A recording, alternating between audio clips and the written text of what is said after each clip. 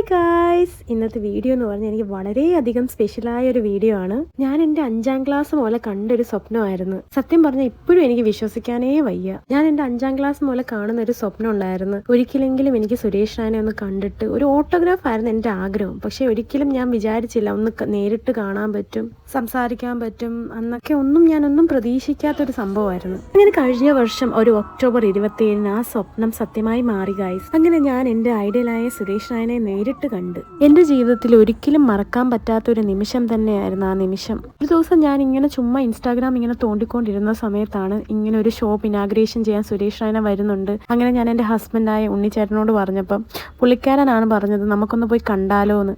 ആദ്യം പറഞ്ഞപ്പം ചുമ്മാതായിരിക്കും എന്നൊക്കെ വിചാരിച്ചു. പിന്നെ പുള്ളിക്കാരൻ സീരിയസ് ആയിട്ട് പറഞ്ഞതാണെന്ന് പിന്നെ മനസ്സിലായി. എൻ്റെ ഈ സ്വപ്നം യാഥാർത്ഥ്യമാക്കിയത് എൻ്റെ ഉണ്ണിച്ചേട്ടനാണ്. ഇന്ന് ഈ വീഡിയോയിലൂടെ ഞാൻ ഒരു കാര്യം പറയാനുണ്ട്. എനിക്ക് thank you so much my dear ഉണ്ണിച്ചേട്ടാ for fulfilling my biggest dream.